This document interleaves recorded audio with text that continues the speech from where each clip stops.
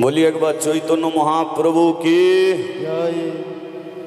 निताई चाँद की जय। খুবই ভালো লাগলো। এটা মহাপ্রভু চেয়েছিলেন যে এমন একটা জায়গা আমি তৈরি করব যে জায়গায় আমি কোনো জাতির বিচার রাখবো না, সব শ্রেণীর মানুষ একত্রিত হবে আর একত্রিত হয়ে তারা এমন একটা জয়ধ্বনি তুলবে 10খানা গ্রামের মানুষ জানতে পারবে ওখানে একটা হরিবাসর বসেছে। এটা মহাপ্রভুর ইচ্ছা। সেই জন্য মহাপ্রভু যিনি কলিযুগের নিমাই পণ্ডিত, তিনি আমাদের ভগবান, সে চৈতন্য মহাপ্রভু। বাবা, এই মহাপ্রভু আমেরিকায় জন্ম নিতে পারত, জাপান, জার্মান, ফ্রান্স, ইটালি, সমগ্র ওয়ার্ল্ডের মধ্যে যে কোনো দেশে তিনি জন্ম নিতে পারত, কিন্তু তা তিনি জন্ম নিলেন না। জন্ম নিলেন কোথায়? বাংলার মাটিতে। এখন প্রশ্ন হলো যে বাংলার মাটিকে ভালোবেসে মহাপ্রভু বাংলায় আসেন।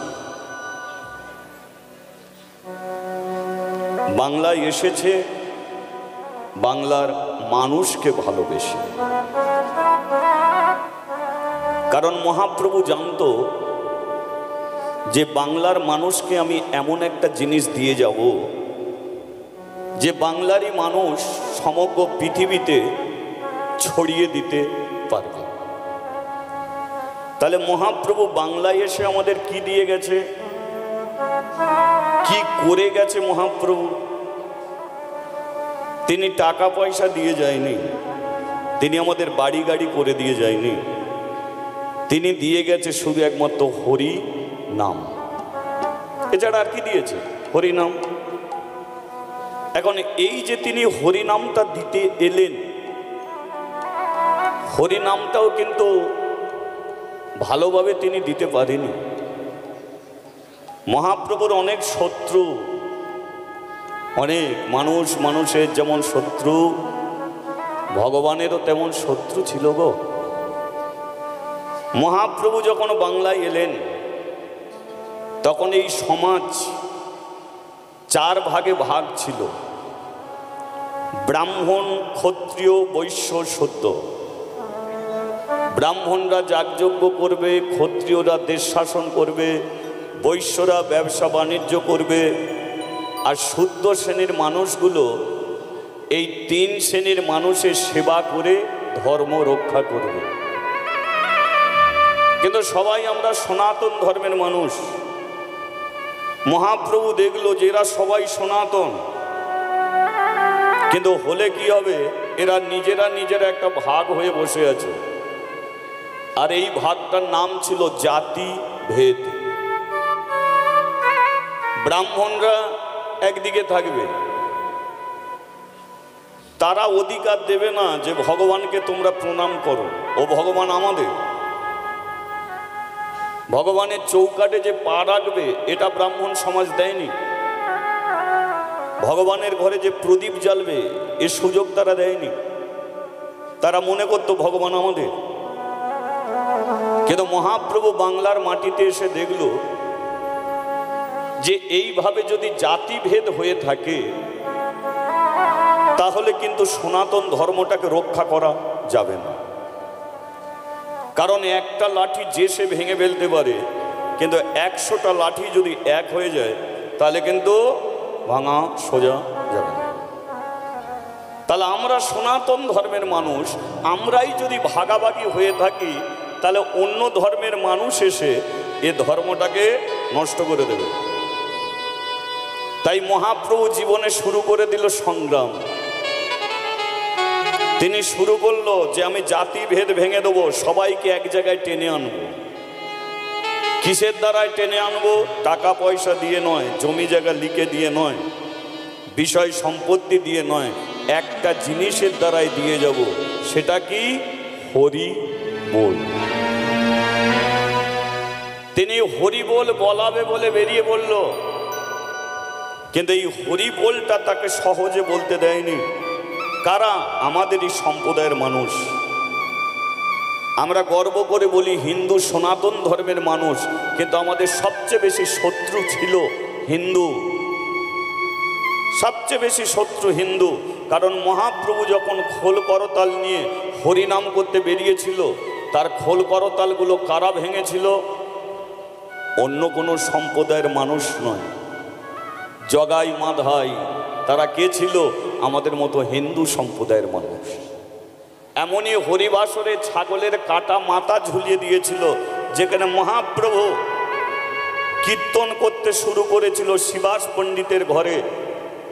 সেখানে চপল গোপাল এই হরিনামকে বন্ধ করার জন্যে ছাগলের কাটা মাথা ঝুলিয়ে দিয়েছিল। চপল গোপাল কে ছিল? আমাদের মতো হিন্দু সম্প্রদায়ের মানুষ। শুধু তাই নয়, মহাপ্রভু যখন বাংলার মাটিতে হরিনাম দিতে এলেন, তখন এই বাংলাটাকে যিনি শাসন করতেন তিনি হলেন নবাব হোসেন শাহ। নবাব হোসেন শাহ, সেই হোসেন শাহর রাজত্বে যেখানে মুসলিম রাষ্ট্র, সেই জায়গায় দুটো ভাই নেমে এলো সনাতন ধর্মটাকে এক করার জন্য। কিসের দ্বারায়? হরি নামের দ্বারায়। তিনি বলেছিল, আজকে তোরা খোল করতাল ভেঙে দিচ্ছিস, কিন্তু मैं हूं निमाई पंडित, আমি দেখিয়ে দেবো বাংলার মানুষকে এ পৃথিবীতে যত থাকবে নগর আদি গ্রাম, একদিন সর্বত্র প্রচার হয়ে যাবে এই হরিনাম, এই কৃষ্ণ নাম। রাস্তাঘাটে পথে মাঠে হরিনামের প্রেমের বন্যা বইবে।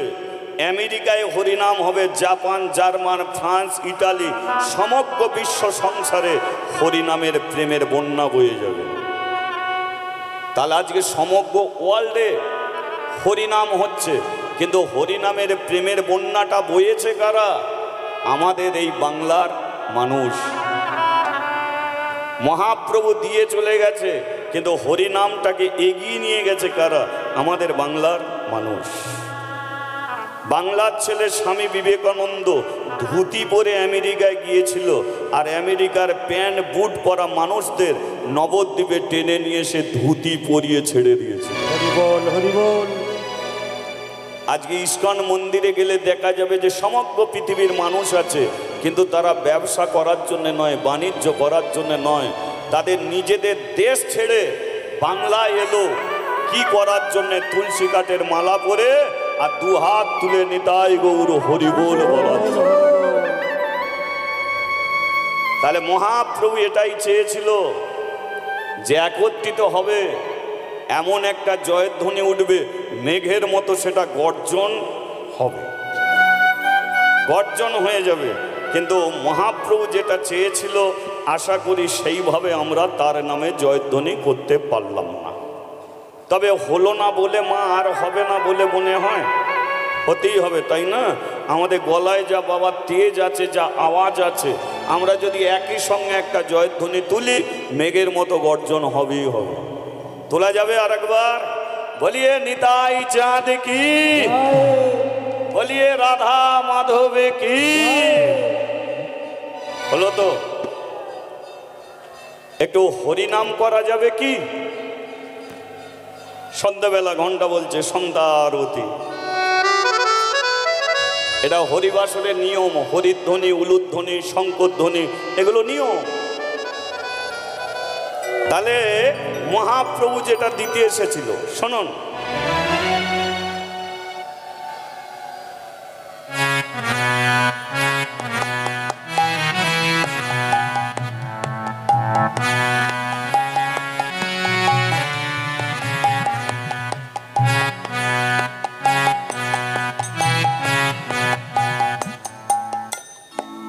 কলিযুগে মহাপ্রভু একটা মন্ত্র দিতে এলো। মন্ত্র, সেটা মন্ত্র নয়, মহামন্ত্র। সেটা কি? হরে কৃষ্ণ কৃষ্ণ কৃষ্ণ হরে হরে, হরে রাম পরেরটা কি মা? রাম রাম হরে হরে। এটা কিন্তু মন্ত্র নয়, এটা হচ্ছে মহামন্ত্র। তাহলে মন্ত্র আর মহামন্ত্র দুটোর মধ্যে তফাৎ কি? কালী মন্ত্রে কালীকে পাওয়া যায়, দুর্গা মন্ত্রে দুর্গাকে পাওয়া যায়, শিব মন্ত্রে শিবকে পাওয়া যায়, লক্ষ্মী মন্ত্রে লক্ষ্মীকে পাওয়া যায়, মনসা মন্ত্রে মনসাকে পাওয়া যায়। কিন্তু হরে কৃষ্ণ মহামন্ত্র নামকে জপ করলে কালী দুর্গা মন্ত্র আর করতে হয় না। এই মহামন্ত্র নামের দ্বারাতেই কালী দুর্গা লক্ষ্মী 33 কোটি দেবদেবীকে পাওয়া যায়। হরি বল, হরি বল। সমস্ত দেবদেবীকে ধরে আনার জন্য মহাপ্রভু দিলেন হরে কৃষ্ণ মহামন্ত্র, যে তোদের চারিদিকে ছোটাছুটি করতে হবে না। সর্বধর্ম পরিত্যাজ্যং মামিকং শরণং ব্রজ। বাঙালির 12 মাসে 13 পার্বণ, তোরা যদি এটা সেটা করেই যাবি, আসলে জায়গা থেকে সরে যাবি ভাই। গাছের মূলে জল দিলে যেমন ফুল ফলে জল দিতে লাগে না, তেমন হরে কৃষ্ণ মহামন্ত্র নাম করলে আর কোনো মন্ত্র উচ্চারণ করতে হয় না। তা বলে কি তুমি কালী পুজো করবে না, দুর্গা পুজো করবে না, লক্ষ্মী পুজো করবে না?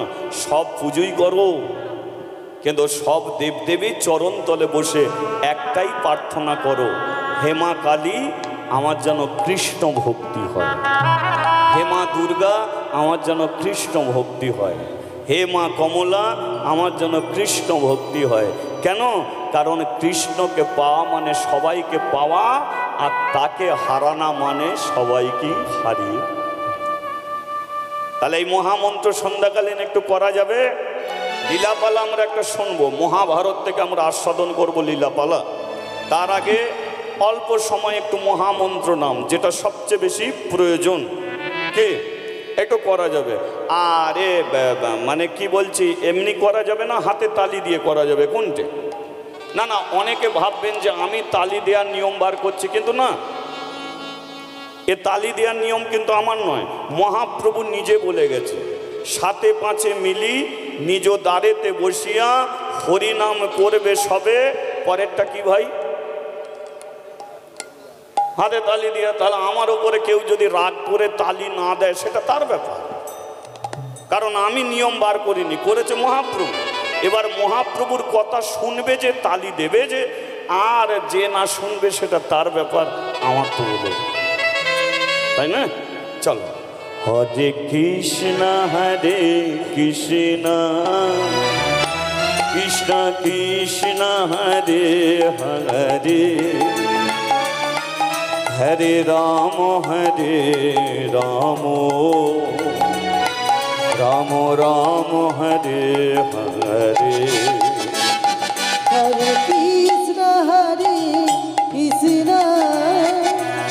কৃষ্ণ কৃষ্ণ হরে হরে, হরে রাম রাম রাম হরে হরে। হরে কৃষ্ণ কৃষ্ণ কৃষ্ণ হরে হরে, হরে রাম রাম রাম হরে হরে। হরে কৃষ্ণ কৃষ্ণ কৃষ্ণ হরে হরে, হরে রাম রাম রাম হরে হরে। আচ্ছা, মহাপ্রভু তালি দেওয়ার নিয়ম কেন বার করলো? হরিনাম যেমন প্রকারে করা যায়, এতে কোনো নিষেধ নেই। দাঁড়িয়ে দাঁড়িয়ে করা যায়, বসে বসে করা যায়, পা ছড়িয়ে করা যায়। না না, ঠিক আছে, পা ছড়িয়ে অসুবিধে কিছু নেই। কি পা গুড়িয়ে করা যায়, হরিনাম যেমন প্রকারে করা যায়। কিন্তু একটা নিয়ম বার করে দিল যে তালি দিয়ে হরিনাম করতে হবে। 7 5 মিলি নিজে ঘরেতে বসিয়া হরিনাম করবে সবে, হাতে তালি দিয়া। এইটি কেন বললো বলো তো? কত মানুষের একটা সমস্যা এসে দাঁড়িয়ে গেল যে আমরা বসে বসে শুনবো, আবার তার নিয়ম মেনে। কারণ একটা আছে, কারণটা একটু বলে দিই শুনুন। এটা হচ্ছে তাল। তাল যখন থাকে তার বেতাল আছে, নেই? তাল বেতাল, দিন রাত্রি, জুয়ার ভাটা, তাই তো? তাহলে তাল আর বেতাল। মহাপ্রভু কি বলেছে? যে সাথে পাঁচে মিলি রাস্তায় বসিয়া নয়, গাছের নিচে বসিয়া নয়, শ্মশানে বসিয়া নয়, নদীর ধারে বসিয়া নয়, সাথে পাঁচে মিলি নিজ দ্বারেতে, মানে নিজ ঘরেতে বসিয়া। তার মানে বোঝা গেল যে সাথে পাঁচে মিলি মানে পরিবার সবাইকে নিয়ে নিজ ঘরেতে বসিয়া হরিনাম করবি সবে হাতে তালি দিয়া। কি তার মানে? ঘরে বসে সবাইকে একত্রিত হয়ে তালি দিয়ে হরিনাম করতে বলছে। এবার কেন বললেন? তাহলে এটা হচ্ছে তাল, বেতাল আছে। তাহলে সংসারের মানুষ তালে চললে কি হয় আর বেতালে চললে কি হয়? তফাৎ তো দুটো আছে। তাল বেতাল যদি থাকে তাহলে সংসারের মানুষ যদি তালে চলে তার কি হয়, বেতালে যদি চলে তার কি হয়? ধরুন কোনো স্ত্রী স্বামীর কথা শুনে চলছে, স্বামীও স্ত্রীর কথা শুনে চলছে, বলুন মা এরা তালে চলছে না বেতালে চলছে? জোরে বলুন। তালে চলছে, তাহলে ডাল ভাতেও শান্তি পাবে এরা। এবার কোনো স্ত্রী স্বামীর কথা শুনছে না, স্বামীও স্ত্রীর কথা শুনছে না, এরা কিসে চলছে? এরা বেতালে চলছে। আচ্ছা এমন বেতালে কারা চলে একবার হাত তোলো। তার মানে কি বোঝা যাচ্ছে? সবাই তালে চলে। আচ্ছা আমরা যদি সবাই তালি যদি চলতাম তাহলে বলুন তো সংসারী মানুষ তো অকালে বিষ খেয়ে মরছে, সংসারী মানুষ তো গলায় দড়ি দিয়ে মরছে, সংসারীর তো বাবা মা রাস্তাঘাটে চোখের জলে কাঁদছে। তাহলে আমরা যদি তালে চলতাম তাহলে সংসারের মানুষ কেন অকালে বিষ খাবে ভাই? অকালে গলায় দড়ি দেবে কেন ভাই? তেল লাইনে মাথা কাটা যাবে কেন গো? তার মানে আমরা সবাই বেতালে চলি, বেতালে চলি। সেই জন্য পরিবারে যদি 5 জন থাকে 5টা হাঁড়ি হয়ে বসে থাকে। সেই জন্য দেখবেন ভাই ভাইয়ের মিল নেই, দাদা ভাইয়ের মিল নেই, বাবা ছেলের মিল নেই। কেন নেই? কারণ সংসারে আমরা কেউ তালে নেই। সেই জন্য মহাপ্রভু বলল যে রাস্তায় বসিয়া নয়, গাছের নিচে বসিয়ে নয়, তোদের সংসারে এসেছিস, মরার রাস্তা অন্য কোথাও নেই, সংসারেই তোদের মরতে হবে। কিন্তু মরে তো শান্তি পাবি, কিন্তু মরার আগে কেন অশান্তিতে থাকবি? সেই জন্য বললেন তোরা সংসারে তালে চল। বাচ্চা থেকে বুড়ো থেকে সবাই যদি একসঙ্গে যদি তালি দিয়ে হরিনাম করিস, তোদের সংসারে ডাল ভাতে শান্তি হবে, তোদের একটা হাঁড়িতেই 10 জনের ভাত হবে।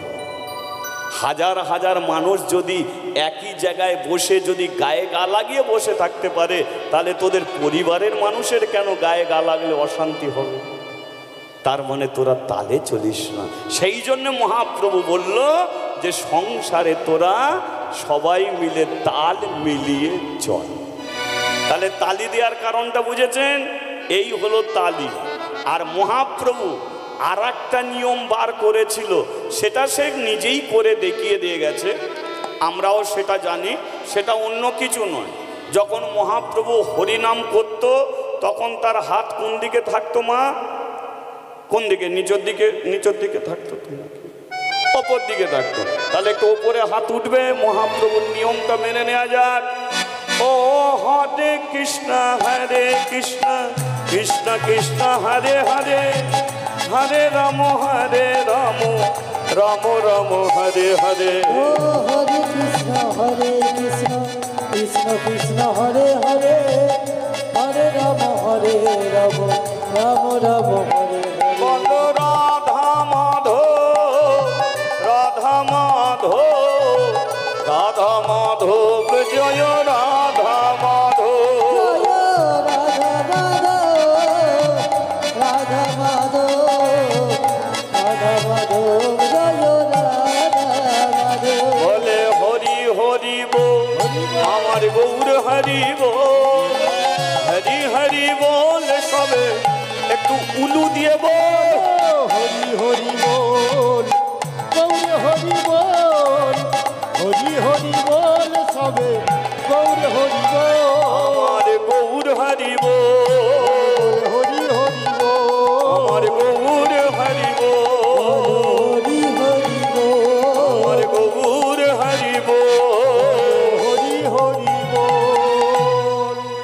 বলিয়ে রাধা মাধবে কি জয়।